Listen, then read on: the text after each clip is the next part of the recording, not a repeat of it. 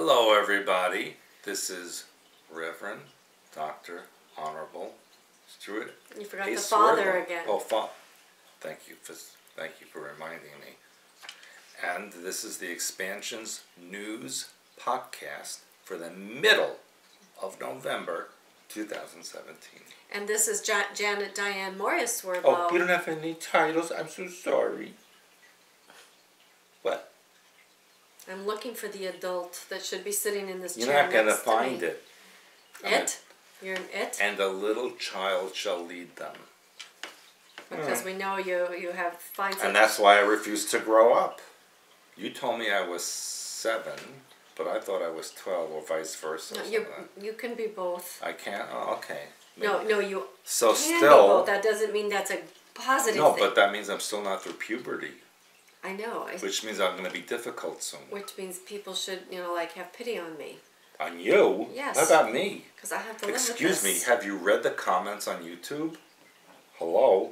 I thought you told me that those weren't nice. They weren't nice, but there they are. And so I'm just saying. What? I'm just saying that you need to watch what you say.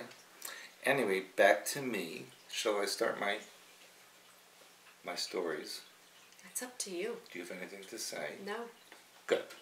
Okay, so let me start my many, many stories which I have this week. And Harvard researchers have found and analyzed tablets from the ancient city of Kanish, or Kanesh. Maybe it's a Kanish. I used to love Kanishes with mustard. They're so good. Anyway, do they still call it that? I don't know. That's I wasn't raised with them.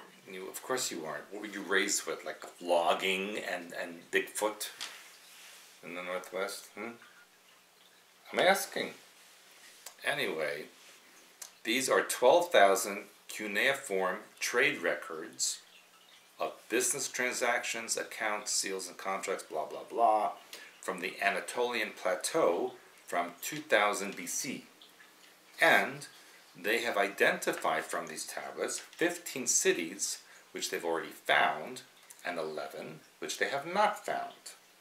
And so this means that merchants settled in Turkey 4,000 years ago, trading in tin and fabrics, etc. Now, I know from my research that this may have a lot to do with the lost tribes of Israel, and that there's a lot to still be found in ancient cities and caverns underneath Turkey. So, I actually did a television show from Istanbul Alive. Did you see that one? No. And so I'm going to talk to them about these possibilities and see what they have to say about it in Turkey. Anyway, let's go to Africa. And as we know from the news, in Zimbabwe, after 4 decades, the world's oldest head of state has become a prisoner of the military that he once commanded. And my comment is, it's about time. Robert Mugabe, who's 93 years old, was detained along with his wife. And according to the stories that have come out, there's military rule, a transitional government, and a settlement that would allow Mugabe to return to power. But I don't think that will happen. He's a dictator, and he's very much the African version of Kim Jong-un. Now, this is interesting because other reports have said that Mugabe's wife was allowed to leave to Namibia for asylum there, but according to this story, she is still in Zimbabwe. And according to the military in Zimbabwe, it's not a military coup or takeover. Well, I don't know what else you would call it. Mugabe and his family are safe and sound, and their security is guaranteed. Who cares?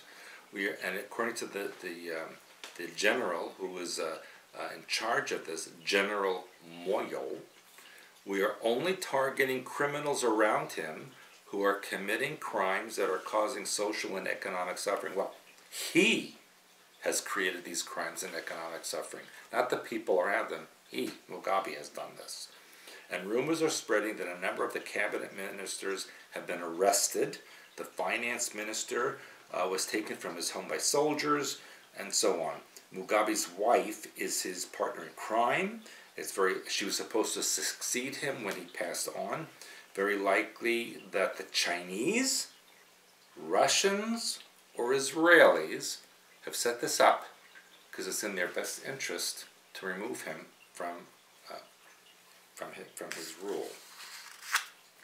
Now, U.S. Army. You want to hear this one? You ready for this one?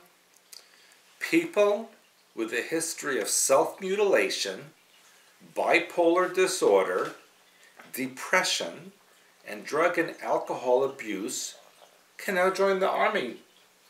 Well, that makes me feel secure. Under the unannounced policy enacted in August, these people are not to become soldiers, etc. It's just what the U.S. needs. The decision to open up the Army to those with mental health conditions comes as the service faces the challenging goal of recruiting 80,000 new members or new soldiers in 2018.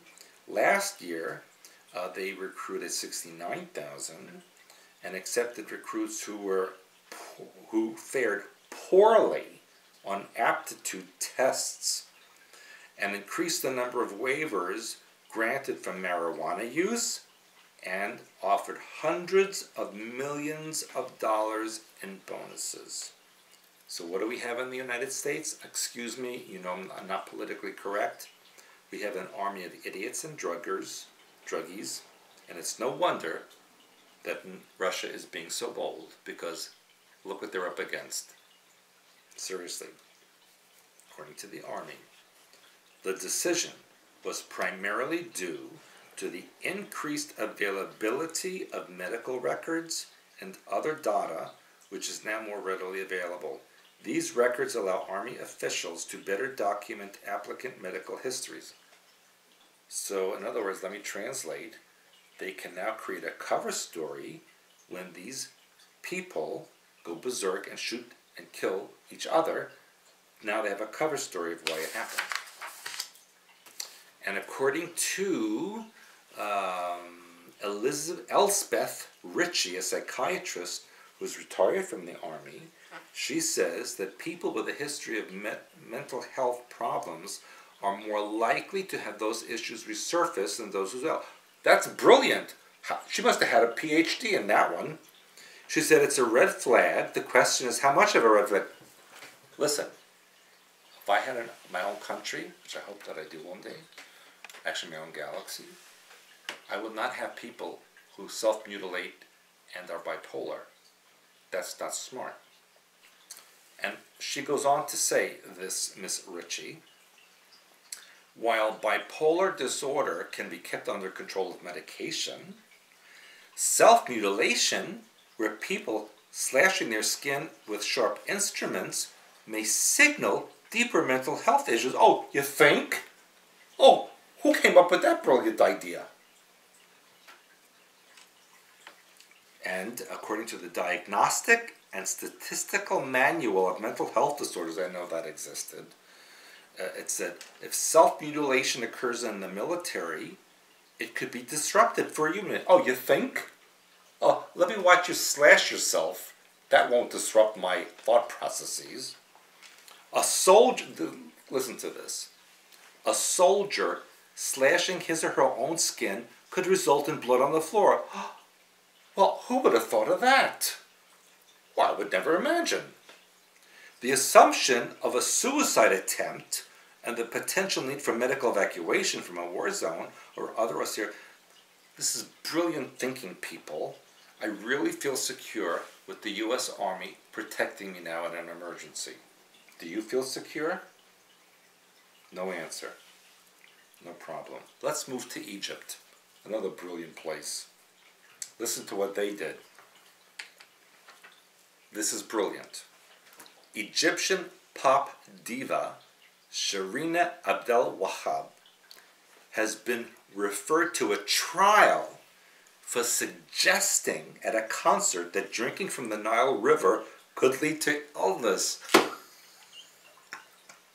We were on a cruise on the Nile. Do you remember the river? It's disgusting. Okay? Here's my thing. I will not be allowed back to Egypt. Listen, the Nile is vile. This is my new statement. The Nile is vile. The singer's trial date is set for December 23rd on charges of harming the public interest. Okay, so the Egyptian government thinks it's okay to drink from the Nile, and this woman says it's not. The Egyptian government should be on trial, not her. The announcement came after the musicians syndicate in Egypt said it would bar her from performing in the country after she made the remark at a concert in the United Arab Emirates. And someone said to her while she was singing her tune, "Have you drunk from the Nile?" That's apparently a song. And she said, "You'd get bilharzia." Have you heard of bilharzia? No. I never heard of it. It's a water-borne parasite that Egypt has struggled to combat for decades. And she said, "Drink Evian, it's better." You know, quite honestly, we found out many years ago that New York City tap water is more pure than Evian. And she said that they said about her that she was unjustified to ridicule our dear Egypt. Okay, well, let me make this statement. Egypt Air bans alcohol, but you can drink the poison water from the Nile. Total sense to me.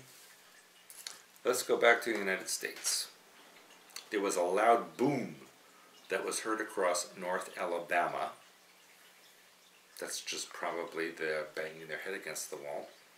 The National Weather Service in Birmingham, Alabama, hypothesized the sound originated from an aircraft sonic boom or a meteorite from the Leonid meteorite shower. And they also said it could have been produced by a bolide, a large supersonic aircraft, or a ground explosion. So, like, in other words, it could have been from anything. And they will also go on to say that there have been many flashes of light and streaks across the night skies in many states, in Arizona, California, as well as the East Coast, and as well as many increased UFO sightings. So something is going on in the atmosphere, and we may not know about what it is until the news suggests maybe a staged alien invasion or whatever. Along these same lines, NASA has stated that aliens could live, or there's a good chance that they could be found on a planet called Ross 128b, which seems to have all the right qualities for extraterrestrial existence. It's only 79,000 light years away, people, so you can start booking your travel plans right now. And according to NASA, this planet, Ross 28b, is slowly moving closer to our solar system so that we could colonize it in about 79,000 years. So start packing right now. Now, people have always wanted to live a very long time, and in Italy, on the island of Sardinia, which is really not the main part of Italy, it's in the Mediterranean Sea, there is a woman who turned 102 in October, and she said she attributes her secret to her long life to red wine, which she has every single day. She's never smoked, but a little wine is good for you. And according to this story in Sardinia, there are many, many people who live past 100. It's only one of 5 blue zones. I don't know why they call it a blue zone, of areas where people live 90 or older in an average lifespan. The other 4 are Okinawa, Japan, Nicoya, Costa Rica, Ikaria, Greece, and the Seventh-day Adventist community in Loma Linda, California. Now, she says, so this woman who's 102, we ate what we grew. If you wanted vegetable soup one day, you had to go collect the ingredients yourself. And we had it, and it was healthy. So it's just organic food. And the scientist said, and this is my favorite part, we're looking at the flora of the intestines to see whether it has something to do with what people are eating, and if there's a special diet in Sardinia. And this is a part for you, Janet. They're donating stool samples so they can identify what's going on. Brilliant, huh? Yeah, these people in Italy, they're probably laughing literally their butts off. Here's a piece of my poop. Go see why I'm living so long. Hilarious. Along the same lines, if we move a little bit east to the Republic of Georgia, apparently Georgia, not Europe or the Mediterranean area, is the birthplace of wine. In a study that was published recently, wine residue on pottery shards were found in sites in Georgia dating back to 6000 BC, which means that they've had wine for 8,000 years. And according to the story, Georgian wine was among the most favored in the Soviet Union. And I have been to that area, and I have tasted the wine, especially also in Armenia, and it was really pretty good. Continuing along this line, there was a woman who passed away last year at the age of 113. She said she attributes her long life to morning walks and chocolate. And according to another woman in Italy who lived to be 111 years old, she said that she owed it to pasta and raw eggs and no husband. She never got married. So the secret to long life is red wine, chocolate, raw eggs, and no men. So you're screwed. Sorry. Now, may I talk about this particular story? That's the one I gave. I already did. Oh, Janet did this story a long time ago. It's about memory prosthesis and the brain implant. It was just last week. Yeah, so I'm not going to really do that too much, but I'm going to tell you that it talks about the implant that gives a small electrical shock to the hippocampus, a brain region for learning and memory. I'm going to state something here, is that I have a friend in Europe who is a business associate as well. He's from Sweden, living in Poland right now, and he's developed a tablet or a supplement which does the same thing or better without these equipments. And I will discuss this more on the island of Nevis next month and in our January class. Now, along the same lines, have you done this one? No. Okay. The FDA, Food and Drug Administration, has approved a digital pill, a medication embedded with a sensor that tells doctors whether you have taken your medication or not. And so this digital device is designed to monitor medicine taking and to tell the doctors about patients who do not take the drugs as prescribed. Now, this, my opinion is, will eventually become a law. So when patients don't adhere to their lifestyle or medications that are prescribed for them, there are really substantive consequences that are bad for the patient and are very costly, according to this medical officer from the University of Pittsburgh Medical Center. Many of the patients don't take their meds because they don't like the side effects, or they don't think they have an illness, or here's the biggest part, or because they become paranoid about the doctor or the doctor's intention. That's the biggest one as far as I'm concerned. So according to this, it's a system that will monitor their behavior and send signals out of their body and notify their doctor. And so what is a doctor going to do? Call the police and have them arrested for not taking their medication? This is very scary, and this is an AI or artificial intelligence scenario which people need to look at very carefully, because this is just the beginning of something that could become a legal representation. Now back to the U.S. In Washington, a half-dozen Democrats introduced articles of impeachment against President Donald Trump, accusing him of obstruction of justice and other offenses in an effort to, that stands very little chance. Now listen to me. How is this different than other presidents? Every single one of them have done the same thing. There are 5 articles that accuse the president of obstruction of justice related to the FBI investigation into Russian meddling in the 2016 election. Listen, the U.S. meddles in every election in every country since day 0, so don't blame the Russians for that. And it undermines the independence of the federal judiciary and other offenses. The entire government is guilty of that, not Mr. Trump. He's just one in a string of thousands. So it's ridiculous. Going on to Europe, there is a Mr. Farage, the leader of the Europe of Freedom and Direct Democracy group, who believes that George Soros spent billions in the EU to undermine the nation state. Duh, of course he did. And he says, and I say that because George Soros recently gave a group called Open Society, which I have not heard of before, which of course campaigns for freedom of movement of people and supranational structures like the European Union. $18 billion this George Soros gave them.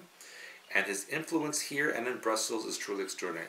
This is not news, but finally people in Europe in higher positions are realizing that this George Soros is screwing them. He is calling upon the European Parliament to set up a special committee to look into the issue. Not going to happen because George Soros owns the European Parliament. And apparently in October, Soros transferred the bulk of his wealth, which I don't believe it was the bulk, I think it was just a big amount, to this Open Society. And he wrote, this is from George Soros, "My success in the financial markets has given me a greater degree of independence than most other people." Duh, if I had 18 billion, I would also have that. "This allows me to stand on controversial issues. In fact, it obliges me to do so because others cannot." So my translation is, my wealth gives me permission to manipulate others. That's basically what he's saying. Also in the EU, Germany and France are creating a new defense union, basically creating a EU army. And the EU foreign and defense ministers signed the new pact and will officially next month make it an EU law. Of course, EU citizens do not vote on this because it's a dictatorship. And according to this information, it says it's going to be quite a historic day for European defense. And it's just the latest step towards an all-out EU army with military headquarters already approved and purchase of military equipment, etc.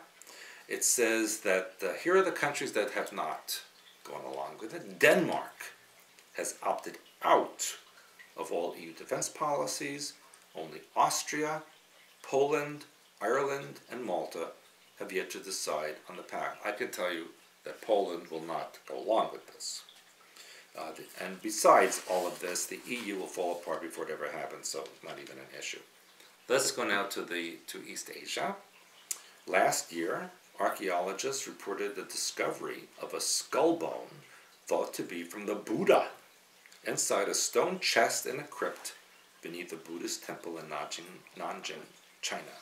By the way, Nanjing in Chinese, non-southern Jing capital. So Nanjing means southern capital, Beijing, northern capital. Just a little Chinese lesson there. Villagers discovered the statues and Buddha remains in December 2012 while they were repairing the area. So they discovered this 5 years ago while they were building a road, and they found an inscription.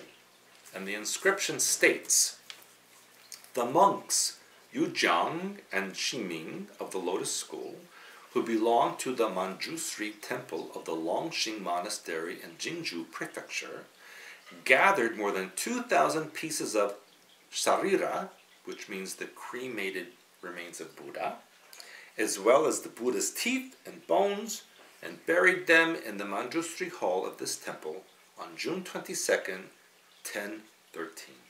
So over 1,000 years ago. So here's what the Chinese said. Whether the materials truly belong to Buddha or not is a mystery, and it will probably stay that way. So what's the point of this? What's the point? I'll tell you. Globally, religious artifacts are being revealed, leading up to the New World religion, where they will mix Christianity, Buddhism, Islam, blah, blah, blah, all together to create this New World religion. And so they're using these artifacts as proof of the backup, of the history of it. Now, here's my favorite story of this entire podcast. I have told you for many years what I thought about the melting of ice in Antarctica coming from volcanic eruptions and not from global warming. So now, finally the truth. Scientists at NASA's Jet Propulsion Laboratory, or JPL, have found new evidence, it's not new evidence, to support a theory that the breakup of Antarctic ice is caused by geothermal heat sources with an output close to the scale of Yellowstone National Park. And this is what I have been saying for many, many years. They also said that the recent research indicates it may explain why the ice sheet is breaking up so quickly now. This is what I have been saying. How long have I been saying this? Okay. It also says the warm water lubricates the ice sheet from below, allowing the glaciers to slide off into the sea. And this is called meltwater in western Antarctica, and will be part of why the Antarctic continent is starting to melt along the edges. It is not from global warming, it is from volcanic activity, which they have finally admitted. Okay, you done? I'm done. Okay, so we'll come back here to Trump, because those are obviously stories that we're watching along with North Korea. I've told you about the fear-mongering that they're in the process of doing. So after during his recent visit overseas, North Korean state newspaper announces a death sentence for Trump, saying, quote, "We don't care about what that mad dog may utter because we've already heard enough." An editorial so have we, by the way. in the ruling party's newspaper declared Trump a criminal and said that their nation's people had sentenced him to death because of the unflattering way he talks about their country and their supreme leader. The worst crime, for which he can never be pardoned, is that he dared to malignantly hurt the dignity of the supreme leadership. He should know that he is just a hideous criminal sentenced to death by the Korean people.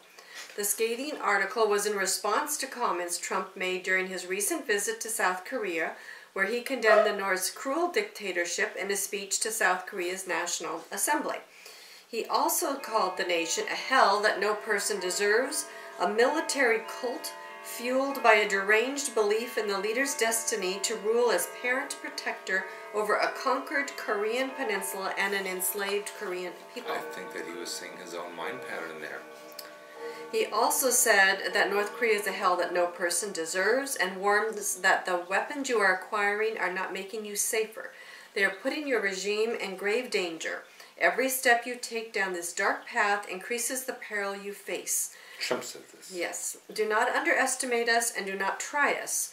We will defend our common security and our shared prosperity and our sacred liberty. So anyway, then he goes on to say that Trump skipped a planned visit to the demilitarized border zone between North and South Korea. And the article says it wasn't the weather, because they blamed it on inclement weather. He said he was just too scared to face the glaring eyes of our troops. I think he's too scared of Melania. And then Trump tweeted, "Why would Kim Jong-un insult me by calling me old when I would never call him short and fat? Oh well, I try so hard to be his friend, maybe someday that will happen." That's hilarious. I like his writers. He has good writers. And then Philippine President Rodrigo Duterte said that he was warning everyone of the dire consequences that will result from a military conflict with North Korea. Quote, "We cannot start a war with the North Korean crisis looming ahead. There are dark clouds there. We better pray. If all of those missiles and the intercontinental ballistic missiles would explode, that would mean the end of humanity, the destruction. It would be the end of everything." So again, they're trying to install Didn't Phil he also in admit your he head. murdered someone when he was a teenager? I don't know which one did. I don't know if it was him or Duterte, somebody. yeah. It might have been him. And then back here to the U.S. again, we have all this sexual harassment case that's exploding all over the place. This particular case, out of the billions that are out there at the moment, interested me because I always tell you about New World religion And I tell you about how they're working on legitimizing pedophilia. So here we have Roy Moore, who is an Alabama politician. Apparently, he initiated, this is what they're claiming, a sexual encounter with a 14-year-old girl when he was 32, according to a recent woman, of course, who surfaced. She's like 60 now. She decided to say it now. So an Alabama politician named Jim Ziegler defended Moore, claiming Mary, referring to, of course, Mary and Joseph in the Bible. Mary was a teenager. Joseph was an adult carpenter, saying basically that, therefore, it was okay. He said that he initiated a sexual encounter with a 14-year-old girl in 1979 and pursued relationships with 3 other teenage girls. Alabama state auditor, this Jim Ziegler, called the claims much ado about nothing, even if they were true, because he said the allegations are that a man in his early 30s dated teenage girls. He said, even if the report is true, it does say that he never had sexual intercourse with any of the girls and never attempted sexual intercourse. And then again, he went on to compare Moore's actions with biblical figures. So again, New World religion tying in. Take the Bible, Zachariah and Elizabeth, for instance. Zachariah was extremely old to marry Elizabeth, and they became the parents of John the Baptist. Take Joseph and Mary. Mary was a teenager. Joseph was an adult carpenter. Yes, the Bible's full of it. They became parents of Jesus. There's just nothing immoral or illegal here. Maybe just a little bit unusual. Now, this woman, when she claims that when she was 14 years old, that Moore, who was then a district attorney and 32, approached her in an Alabama courtroom, got her number. He later called this 14-year-old, drove to her house, removed her clothes, touched her through her bra and underwear, and gave her alcohol. Where were her parents? So, according to this, if this is okay because they did this in the Bible. And then someone had mentioned that it was 40 years ago. I really don't see the relevance of it. He was 32. She was supposedly 14. She's not saying that anything happened other than they kissed. If that was my 14-year-old daughter, I would be very, very upset. So why did they wait freaking 40 years to say anything? Everybody's waiting. I don't know why. Yeah, because it's an agenda. It has nothing to do with reality. In a bizarre interview with Sean Hannity, Roy Moore says that he didn't generally remember dating teens when he was in his 30s. 40 years ago to you. I know what happened in my 30s, yes. And I would think that if he was dating teenage girls, he would remember. And he said, I don't remember dating any girl without the permission of her mother. So then, of course, the story continues. There was an interview on MSNBC called Velshi and Ruley. And on this interview, Roy Moore's attorney, Trenton Garman, suggested that one of the hosts, Ollie Velshi, would understand Moore's relationship with teenage girls because of Mr. Velshi's background. Ooh, that's not nice. So he suggested that, let me see, I lose my thought here. This was interesting because they also said that he had a handwriting expert to study a victim's yearbook. So why would that be brought in? I thought that was interesting. Anyway, during the discussion, the host Stephanie Ruley asked Garman why Moore said he needed permission from the mothers of the women he dated if they were not underage. So Garman answers, culturally speaking, there are differences. I looked up Ollie's background. Wow, that's awesome that you have such a diverse background. It's really cool to read that, he said. I don't know what that means. Then Ruley immediately cut Garman off and said, what does Ollie Velshi's background have to do with dating children, 14-year-old girls? And the reply was, sure, in other countries there's arrangement through parents for what we would refer to as consensual marriages. And then Ruley interjected, Ollie's from Canada. I understand that. And Ollie's also spent time in other countries, Garman said. And so have I, Ruley said. So Velshi answered, I don't know where you're going with this, Trenton. And then the interview obviously went viral online, and many observers said the comments were racially charged. Now, Velshi grew up in Canada, although his family is of Indian descent, and he was born in Nairobi, Kenya. So, again, there's trying to pull in, remember, a lot of the Islamic people talk about that it's okay to marry these girls once they have reached puberty. They do. Or if they have not reached puberty yet, they can still marry them. They're supposedly just not supposed to have sex with them until they reach puberty, which, of course, can be anywhere from like 8 to 12 years old. It can be very, very early. That's basically when they have their first menstrual cycle. And then there's the comedian Louis C.K., who has been all over the news because he has admitted to sexually masturbating in front of women or over the phone while they listen and so forth. So an expert, of course, has come on from the director. He's the director of Toronto Sexuality Center, who said this is exhibitionism, an extreme form of it. But he says they rarely escalate. The exhibition, the actual displaying of the genitals is the goal. Still, that doesn't mean the victims, those forced to watch, are any less traumatized than if there had been physical contact. The rules go out the window. The victim doesn't know if this will escalate into violence or rape. So, again, they're bringing all this out into normal. People are admitting it. You know, it's okay, right? And then, let me see. I think I have I'll get back to it. Anyway, so I have a little bit more later on, but I'm telling you, they're trying to normalize all of this. You might have heard about Rand Paul's neighbor attacking him. Renee Boucher in Bowling Green, Kentucky, who is a neighbor of Rand Paul, supposedly attacked Rand Paul in a landscaping dispute. I don't believe that story. What was interesting was that he was attacked on his own property. Supposedly he was mowing his lawn, and one neighbor said that he suffered serious injury, and according to the recent reports, he suffered 6 broken ribs and a pleural effusion, which is a fluid buildup around the lungs. I have a question. What? Why would a guy like Rand Paul mow his own lawn? Yeah, well, Would he have a gardener? You would think so. Yeah. And then they said that this, now what's interesting is Rand Paul is an ophthalmologist, and the man who attacked him was an anesthesiologist.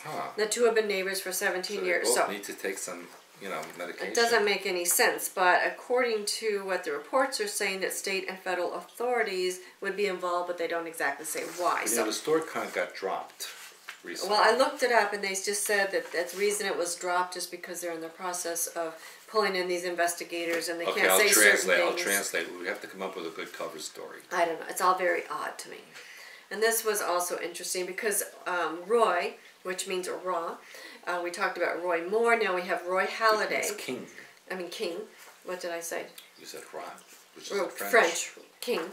Anyway, what was interesting is that this Roy Halladay, you may have heard, unfortunately, about his fatal plane crash this past week. Right. Now, Boston area sports radio host Michael Felger came under fire along with his co-host Tony Maserati of 98.5, the Sports Hub, when they ridiculed the 40-year-old Halladay for flying his Icon A5, which is a single-engine, 2-seater plane, in a cavalier way. So, now why are they doing this? I don't know. He was being reckless with flying. We don't know that. I saw the videos of it. Well, that doesn't mean that maybe he didn't have issues. Maybe he had health problems. Maybe the plane wasn't handling properly. Because there was another plane that crashed, the same kind, which was being piloted by its designer and engineer. Right. So there's very likely something wrong with the plane, and they don't want to admit that. So why would they sell it knowing that it could be a problem? Why do they sell anything knowing it's being a problem? Whether it's a drug, whether it's a car. Trouble that way. Well, that's what they do. They don't want to stop their sales because the money is king to a lot of people, as we know. Anyway, it showed a video that some supposedly observer showed Halladay flying the plane at low altitudes, dive bombing above the water in the Gulf of Mexico before the crash. So Felger says, quote, "It just sort of angers me. You care that little about your life, about the life of your family." Then he went on to say he's not a militarily trained pilot. He's not a professionally trained pilot. He's a Joe Q citizen who buys a plane that folds up and you can put in your garage, and that's amphibious and you can land on water. What Joe Q citizen has a plane in his garage? Then he says, oh look, I just landed on the water, everybody. I'm going to tweet it. Splat, you're dead with 2 kids, moron. So it's just... What is that? Well, that's what I said. He said, called him a jackass. So I just think that it's really a terrible thing, and I think this is part of the way that people are treating each other these days, very cavalier, without any compassion, and as I said, there could be something wrong with the plane. He also said, I went helicopter skiing once. If I die helicopter skiing, you have the right to do the exact same thing I'm doing to Roy Halladay. He got what he deserved. That's not nice. I hope he's not a JFK Jr. I just landed on the water, splat, you're dead. He got what he deserved and called him a moron. Who's this one? What was this? This host I just told you about. Well, that's not right. Michael Felger. No, it's not. It's a terrible thing. That's true. That happened. And that's why I said it's about one person being in, not having any humanity toward another person, which is what they want. They want you isolated. They want you to think everybody deserves this. And I remember reading in a story about North Korea, whether it was true or not, I don't know, but of a man who escaped. And he actually had helped to turn his parents in because he was told that, you know, that they were planning to escape this death camp that they were in, and that was wrong. And so they made him watch the execution of his parents who he turned in, and he thought that was the correct thing to do because he had no connection. And that's what they're trying to do to you, is disconnect you from people and your family. So speaking of interesting families, how about Prince William and Prince Harry apparently have small roles in Star Wars The Last Jedi. They do. And apparently, the headline says, have they gone to the dark side? Or do they No, I haven't gone there. They've always been there. Do they secretly sympathize with the dark side? Apparently, the two secretly suited up as stormtroopers, I really don't believe this, for a scene in the upcoming Star Wars The Last Jedi. But because there are thousands of identical-looking stormtroopers, how do you know? Well, that they're telling you what scene they're in. But like I said, I don't believe that they would do this. It just sounds silly. They've been pushing this Prince William a lot lately. Well, and Prince Harry and this woman he's supposedly engaged to. And of course, I told you about the city of Neom, which is being built in the Saudi Arabian I want to go there. desert. Do you want to go too? No. According to this, Bill Gates just bought 25,000 acres in Arizona to build a new smart city. That.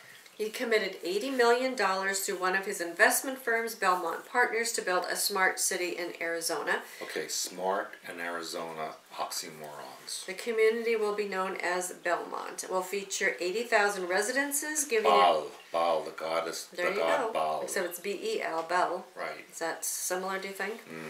The new community will feature 80,000 residences, giving it a population of approximately 182,000. And then I found this article while I was doing my research that South Korea is building a $35 billion city, which is designed to eliminate the need for cars. Plus, South Korea partnered with Egypt. And they are building Don't drink the Nile water. a $10 billion project in the northwest part of Egypt on 311,000 acres. Okay, that's out by the Libyan border. It's because according to this, it was supposed to be built within 6 months, but I haven't heard any more, so I don't know that's happening. You don't want to go there, trust me. But it was interesting. The city will grow food, and they mentioned this, cultivates stevia.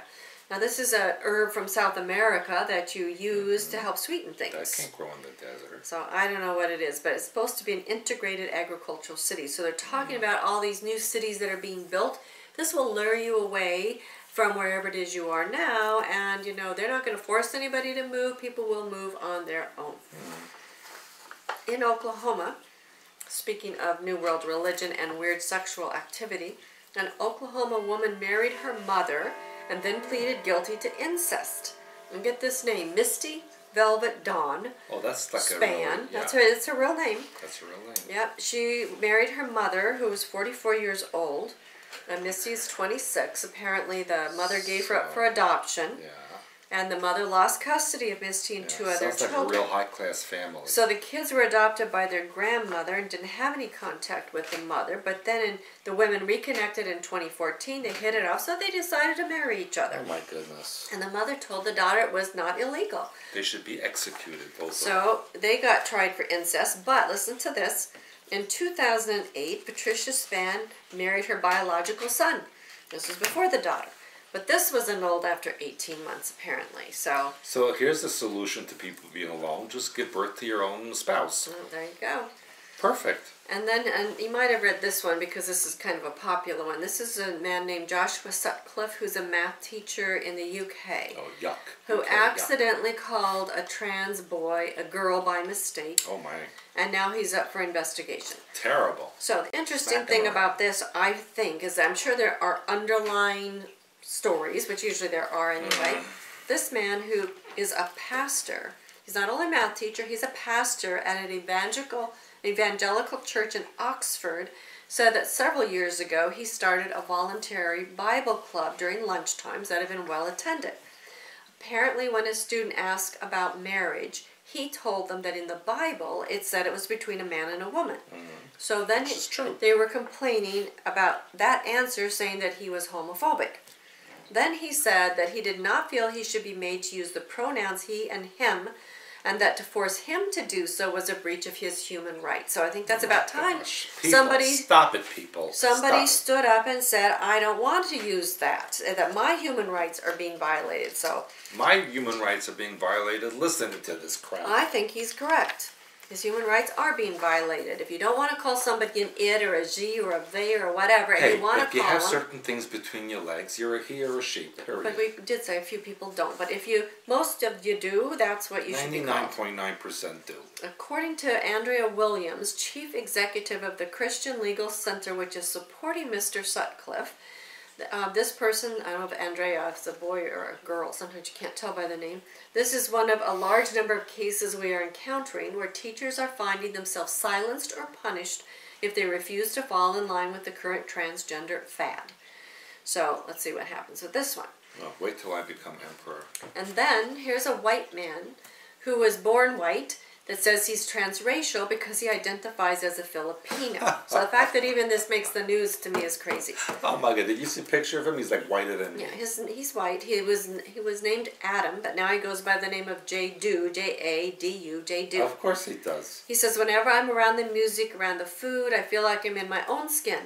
I'd watch the History Channel, sometimes for hours, whenever it came to that, and nothing else intrigues me more but things about Filipino culture. So maybe he had a past life there. He can often be found driving around his native Tampa, Florida in a purple tuk-tuk. Tuk-tuk, they call it. Which is a three-wheeled vehicle. I used to take them in Philippines. Often used as public transportation in the Philippines. I used to love those things. They're so fun to be in. So now we have to bring in the psychologist, Stacy Schechner, who says she's never had a client express a desire to change their race, but she has worked with a number of people who want to change their appearance. So she believes that anyone drawn to another religion, race, or culture should be encouraged to embrace those feelings and dive in completely. I'm a big fat black woman. The more knowledge you have of yourself, the happier you can be. As long as you're not hurting anybody, I don't see what's wrong. I'm insulted. And Jadu is worried because he hasn't come out to his family yet as transracial. Oh my God. He needs the medication. Anyway, that of course is following on our famous Rachel Dolezal, who was... She was a white woman who said she was black and became the head of the NAACP. Right. What's wrong with that story and that organization? And then we have, now of course, racism. Here we go again. A college professor claims that a white nuclear family with children that you want the best for is a form of white supremacy. And this professor at the City University of New York says that white people should disinherit their children and give their homes away when they divorce. Because having a nuclear white family is white supremacy. Right. He needs to go to live in Africa and see what he thinks. I guess. And then this was the other story. I guess I put at the end. I was going to talk about this sexual stuff that's going on. Because remember, first of all, they show the celebrities. Now they're showing you that everybody under the sun, because it's normal. And I had reported on this too before that all males, they say all adult males are sexually attracted to little girls. I'm not. Well, I don't believe that. That's what they're trying to say in the psychology world, and that. Anyway, so here in Tennessee, a wealthy suburb where the people they arrested include a computer programmer, an automotive engineer, construction worker, a chef. I mean, people just like you, right? That's what they're trying to make you identify with. I'm sorry, BS. 22 men seeking sex with girls 14 to 16 years old. These are men with low self-worth issues and sexual insufficiency issues. In the U.S., sex trafficking is defined as commercial sex induced by forced, fraud, or coercion, or involving a minor under the age of 18. So these men, 22 of them, were arrested. But there are some states where 14, 15, and 16 is legal. It can be. Yeah. So you just have to remember, and that's what they're trying to tell you about this other man who was propositioning, is Roy Moore, who was propositioning 14-year-olds. So the point being is you could be 30 and have sex with a 14-year-old. So they're kind of taking this 18-year-old age limit and they're moving it down. Why would anyone want to be intimate with a person that could be their child? Well, I don't understand that myself. I don't understand It doesn't matter to me if the man is 60 and the woman is 35, or vice versa these days. And it's at least they're over 18, Yes, at least they have a better option of making choices. But why would you want a child that's sick. It is. That's mentally sick. They have mental illnesses, but they're trying to make it normal. So they're flooding the market with this normalcy. But I will say, I don't agree with what's going on now. With 40 years later, Yes. these women and men, oh, he touched my genitals, or he looked at my nipples, or like, get over yourself. Well, that's you know? what I've Stop been saying. it. That this No, is please. just, it's ridiculous. It has to do with New World religion. Or I have he touched my butt, so I was raped. No, you weren't. I've been talking to you about this for the past maybe year to 2 years, how they're normalizing pedophilia, and they're bringing out more and more and more and more. And like I told you, everybody will have been doing it, so therefore it's normal. So I don't know anyone on this earth who hasn't had a situation where someone said something to them or touched them or blah, Exactly. blah. All 8 billion people should go to jail, okay? So How remember ridiculous is that? our book, The True Reality of Sexuality, which does address true intersex people. 13Q programming, because you want to be who you are and not what they're programming I you want to to be. be a female giraffe. If you have time over the holidays, you're traveling, these are great books to take with you. Read them, because they're going to teach you how to be who you are, not what other people are telling you to be. These have some great exercises, hyperspace And helper. for goodness sake, people, Healing if you archetypes think and- that you are something other than you are, that's programming. You're in an altar. Yeah, and you need help. Deprogram. This has book, the Hyperspace Helper has simple, basic deprogramming exercises, decoding your life, universal law. You know, read our books, join our blogs. You know, Okay. come to our classes. Well, let's talk about that. Okay. So you can start with that, because you're I have in my charge of that. self-healing webinar, which is starting the next series, which will be the first part of December again.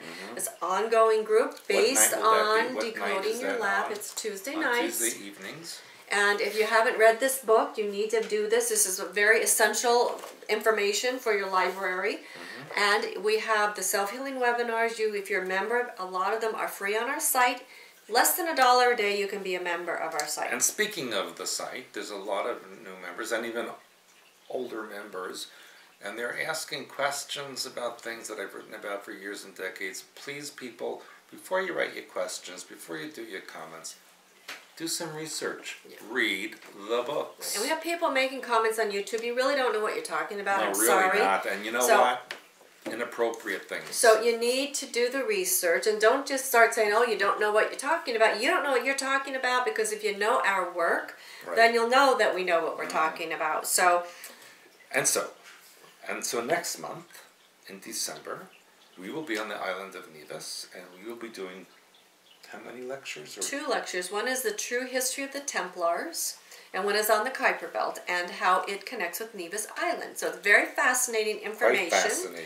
Plus there is an investiture, so if you're interested in being part of the start of the reemergence of the Templars. You talk about that, but you haven't done that yet. Well, I should, next time I will do that. But you haven't. But I have, because you distracted me.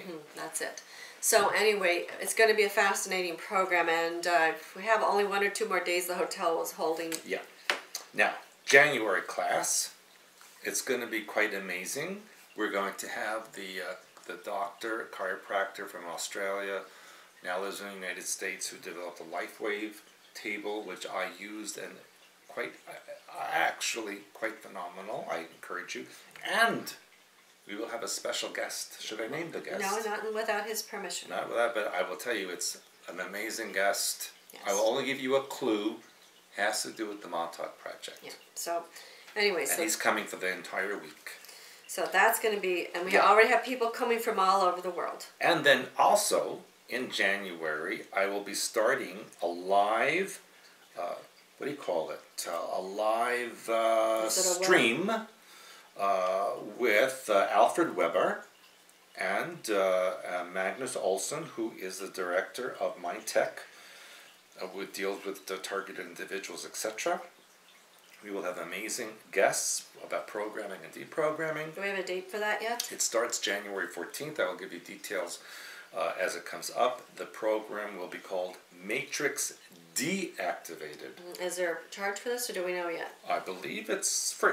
All right, well, we need to get that on the website so people will know. Well, I will have a meeting next week about it, and we will get more involved with it. February... You forgot about... Oh, you just mentioned our January class. January, of course.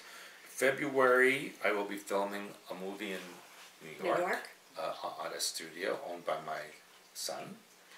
And there's a possibility also in February, I'm speaking to the Cuban ambassador about that, about doing a seminar in Miami for the Cuban people. March, Mexico, possibly Dominican Republic. The general of the military of the Dominican Republic asked me to do a seminar in his military base. April, Poland, possibly Berlin. Let's go further. May, Istanbul. That could happen even before that, I don't know. And June, of course, your trip to Italy. Yeah, and then you're coming with us? Me? Mm-hmm. Am I invited? Can I come? That's up to you. You're invited every year, but so far you haven't made it. Because I always make it when I'm going someplace else. Mm-hmm. But yes, I want to be there. And we've also been invited to Cuba, Havana, for an investiture and a seminar by the Castro people themselves. So I always have a lot of interesting things. You need to read our website, because I even get people saying, what kind of services do you have? Well, then you haven't been on our website. I'm not reading people. So you have to, like he says, don't just keep asking. Look on our website or customersupport@expansions.com if you need something. We also have a chat feature, which has been on for several months on our website. A few people are taking advantage of that. And the Zazzle store. We have a new Zazzle store products, which are absolutely phenomenal. Amazing. I want all those things. So if you're looking for gifts for others, for yourself, this is a time of year to treat yourself. Everybody, hey, these are rough times. Every time, as far as I'm concerned, is rough. You want some tools that will help you. Join our site, less than $1 per day. We have a free 14-month downloadable calendar right now. We're putting together a couple of other free products for you, and less than $1 a day. It's like 75 cents. It's like, don't complain. We have so many tools to help you. It's up to you whether you use them or not. So, you can go and eat a bunch of crap out there, because there's plenty of it, or you can come and get the real meal deal and get a meal that will actually satisfy you spiritually, emotionally, mentally, physically.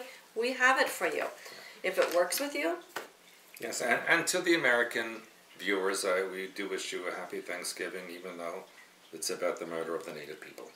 But if you're going to have a turkey and have a dinner, you should be grateful for what you do have, regardless of the history of the whole situation. And we teach you to have an attitude of gratitude every single day, for every moment. I don't care how rough or challenging it is. That's teaching you and allowing you the opportunity to grow.